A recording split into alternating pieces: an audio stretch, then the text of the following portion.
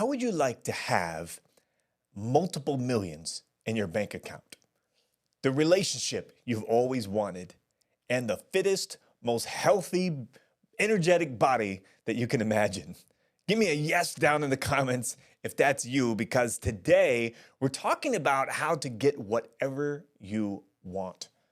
Most people are not getting what they want because they are either paralyzed with procrastination, overwhelmed and running themselves into the ground, hustling and grinding, or they're actually just unclear on what it is that they want. But today I'm revealing the secret that changes everything.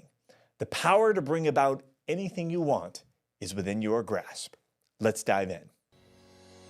Welcome to Success Sundays with Harrison. I'm your host, Harrison Wilder. I'm a corporate strategist and entrepreneur with an executive MBA from the George Washington University. I've managed 2 multi-million-dollar companies, and I advise top-level executives from a variety of industries. In this show, you'll find practical insights that will help you succeed as a leader in today's business environment. If you're serious about developing your skills as an executive, this is the place for you. Enjoy today's episode. It is going well.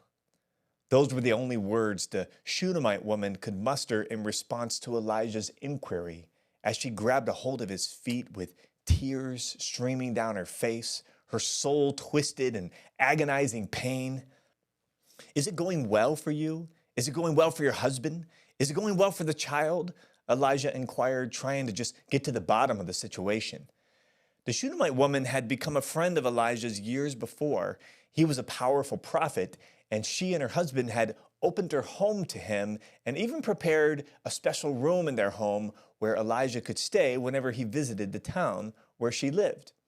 In response, Elisha wanted to do something special for the woman who had no son. So he prayed and declared over her that within the year she would have a son. "No, my Lord, you man of God, do not lie to your servant," was her initial response. Clearly, she didn't want to allow her hopes to be lifted. She didn't want to be disappointed. But it came to pass exactly how Elisha said it would.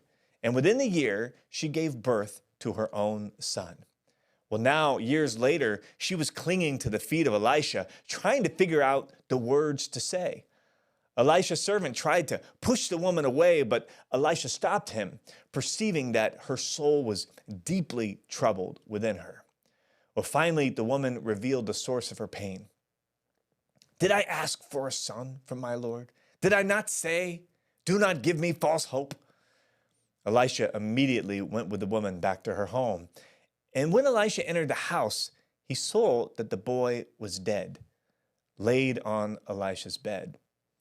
But Elisha shut the door behind them both, and he prayed to the Lord. Then he got up on the bed and lay on the child. He put his mouth on his mouth. He put his eyes on his eyes, his hands on his hands, and he bent down on him. And the flesh of the child came back to life. Elisha called his servant and said, "Call the Shunammite woman." And so he called her, and he gave the woman back her son. "Pick up your son," he said. And she picked up her son and left. What's notable about this miraculous resurrection story is that at no point did the woman say the words about her son, "He is dead." Her son had experienced what may have been a brain aneurysm while he was working in the fields with his father. And they had carried him from the fields to his mother, where he died in her lap. The woman knew he was dead, but even when she had her husband get the donkey ready for her to go visit Elisha, when he asked what was going on, all the woman said was, "It will be fine." Can you imagine? With all the range of emotions that must have been flooding through this woman, finding the wherewithal to hold your tongue and only speak what you desire. It will be fine.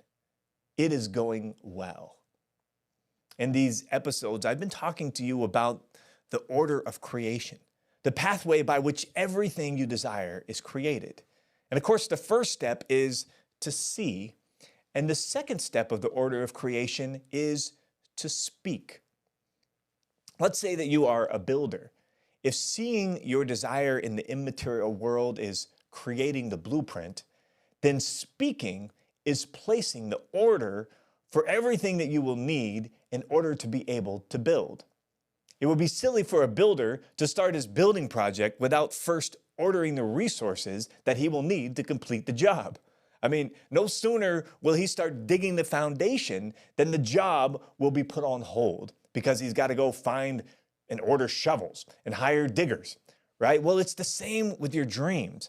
Once you see them clearly, it's now time to place your orders, to call your desires into existence. But many people are not aware of this step. My friend Confined Carl that I like to talk about, he didn't realize the power of his words to bring about his desires. In fact, the confined Carls of the world are placing orders for things that will get in the way and hinder their desire. For instance, most everyone desires a family that is happy and peaceful, right? Where everyone's getting along and there is no strife. When we have children, we want them to be pleasant and respectful. We see a future where they continue to cuddle close to us and confide in us and grow up confidently into all that God has created them to be. If we were placing orders that reflected these desires, we might call our young children peaceful, well-mannered, teachable, loving, gracious, respectful. Do you see the contrast between this and what so many are speaking over their children? Naughty, spoiled, lazy, selfish, terrible twos, rebellious teens. If you could custom order a list of characteristics for your children that would help you build the family of your dreams, which list would you choose? Which list do you think my friend Unleashed Larry is speaking? The first list, of course, because so many of us every day are custom ordering with our words things that hinder our desire, when all the while we have the authority instead to custom order the exact things that are needed to build the life of our dreams. Our church used to do an Easter egg hunt every year for the children in one of the Washington, D.C. neighborhoods. Now, the event took months of planning. We got all the necessary permits, trained a volunteer team, prepared food, worked with the creative team on a gospel presentation, sent out flyers, brought out the sound equipment, right, hid the eggs, all the things that you could imagine. It was a massive outreach involving dozens of volunteers and reaching hundreds of families. The weather, however, didn't always want to cooperate. After all, April showers bring May flowers.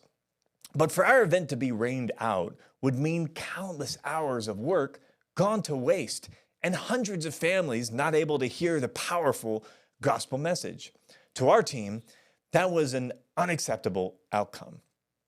Have you ever poured your time and energy into something that was important to you, only to have all of your work threatened to be undone by circumstances out of your control? I'm sure you have. And what did it feel like? If you're like me, it's hugely discouraging and disappointing. Well, one Easter weekend on the day of the hunt, the clouds were hanging heavy overhead and every forecast called for rain. I was the event organizer, so it was up to me to make the call. Everyone was texting and emailing, asking what was the status of the event. Now, for some reason, in that moment, I just couldn't fathom that the event would be rained out. Everyone had put in too much work. Too much was at stake. So I just emailed back to everyone and I said, the sun is about to come out. The event is on.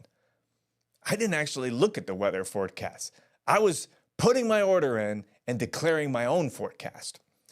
The team gathered a few hours before the event was scheduled and everyone had a good laugh because I showed up with sunglasses on, even though it had just started to drizzle. But what happened next will be marked in my memory forever and probably for every one of those volunteers. We stood in a circle and prayed over the event. We asked God to make a way to reach those families. We made declarations about all the impact that was going to take place later that day.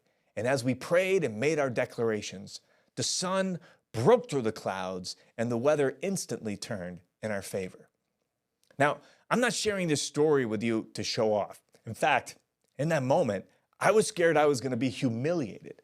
I thought if they all show up and it dumps rain on us and ruins all the sound equipment, I'm going to look like an idiot. And I shared the story, though, to illustrate what it looks like when you align your words behind your desires, even when you're afraid. The woman who desired to have her son back was in anguish on the inside of her soul as she reached out to Elisha. But her words revealed only the desire that she wanted. Here's a success challenge for this week. Pick an area of your life that you want to see an improvement in. Maybe you need resources to come together to pay a bill. Maybe you have a child that's gone off course. Maybe a relationship that is rocky. And for the next week, place some orders from the immaterial world. Begin to speak words over that situation that reflect what you actually desire. Guard your speech for just a few days and watch your words go to work. The Bible says that life and death are in the power of the tongue. Begin to use your mouth to speak the life that you want. And if you have any questions for me that I might be able to help you with on a future episode, post them down in the comments. Love to hear from you. Love to create content that's super helpful for you. So put them in the comments and my team will tee up those ideas to me for future episodes. Until then, have a great week and I'll see you in the next episode. Well, I hope you enjoyed today's episode. You know, great businesses and great leaders are built using effective communication. For more, go to speakingschool.com, grab my Elite Business Success Toolkit for free just for trying out our Speaking School membership. That's speakingschool.com. See you next time.